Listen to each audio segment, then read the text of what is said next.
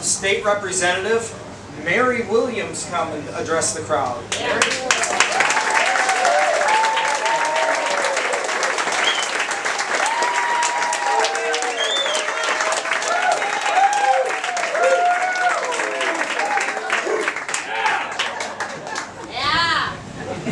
You go, girl. We love you, Mary. We love you. I should make this quick. It feels like that storm from Eau Claire is moving in here pretty fast.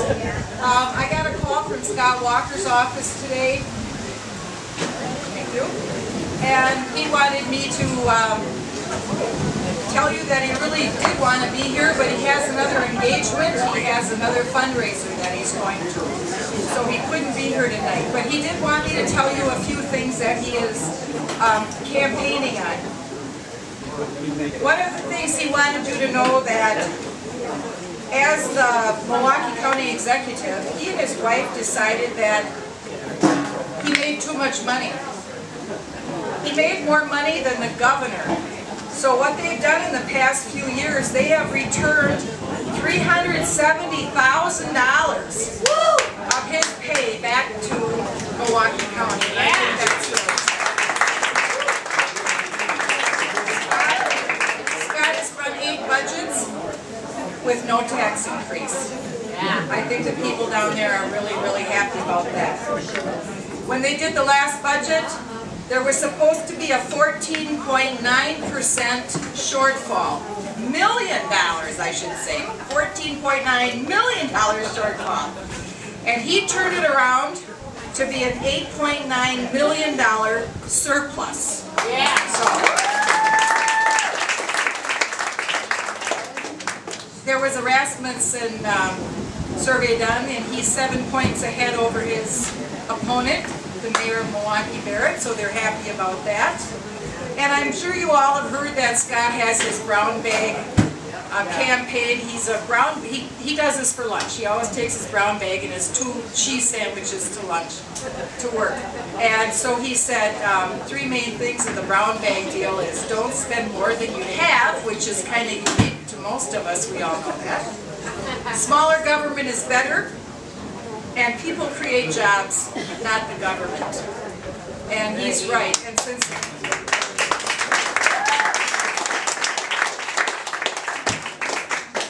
when Jim Doyle took office, he had a big promise that he was going to get rid of a lot of employees and have a smaller government. And he hasn't done that at all. He said he was going to do about 10,000 people, and I think there's only been a change of about 90 people. So he didn't keep his promise to the folks. It's going to be an interesting campaign year. I think there's about 138 days left until the election. I hope everybody will remember to go vote and take somebody with you. Make somebody go. If you have to give them a ride, give them a ride. I had a lady call me up and she said, "Could you give me a ride to the poll?" And I said, "I'll have somebody drive you to the poll. It shouldn't really be me." And I said, she said, "My son won't take me." And so we did. We arranged for her to have a ride to the poll. So if you know of anybody, that's a good thing to look into. If you know people who can't get there, offer to take them. It takes a few minutes, and remember all the people in Iraq who dodged bullets to go vote.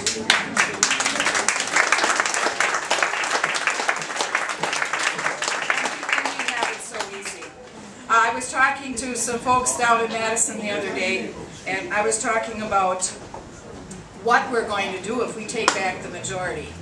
I said, just remember, these are my colleagues, I said, just remember, whatever you're saying to your people out there in your districts, you darn well better do it when you're elected.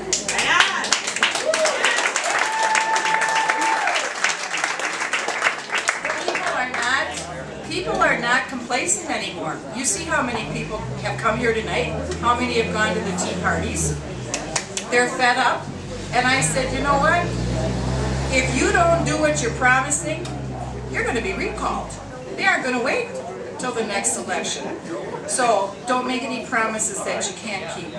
One thing I've been doing, I have looked at audits.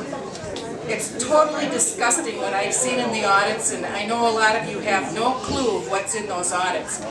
But we had one on the computer system the state wanted to put into effect. They wanted all the computers on one. It was supposed to be about a $12.8 million project. It started 7 years ago. The time is up, June 30th. Nothing's been done. But the price tag is now $110 million for nothing.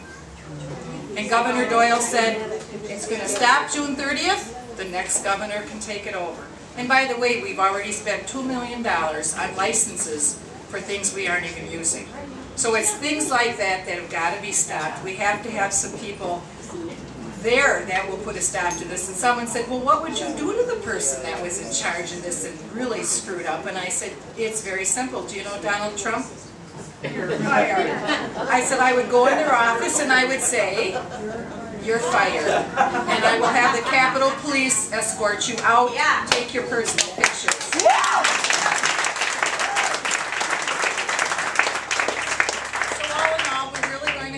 Through the budgets, we're going to have to see the things that we can get rid of. And there's lots of things in there.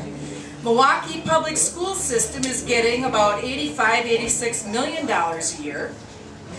And they got that started back in the 70s for integration. There isn't any more integration in the Milwaukee school systems that need millions of dollars. But every year, their money kept getting a little higher and a little higher, so it's up to 80-some million. That's Chapter 220. That needs to stop. We can use that money for other things. So those are some things that I want to look at if I'm reelected to try to put a stop to some of this goofy spending. And I promise you, I will never, like the freshman Democrat did in this last budget, I will never ask for $47,000 to buy you all new garbage cans.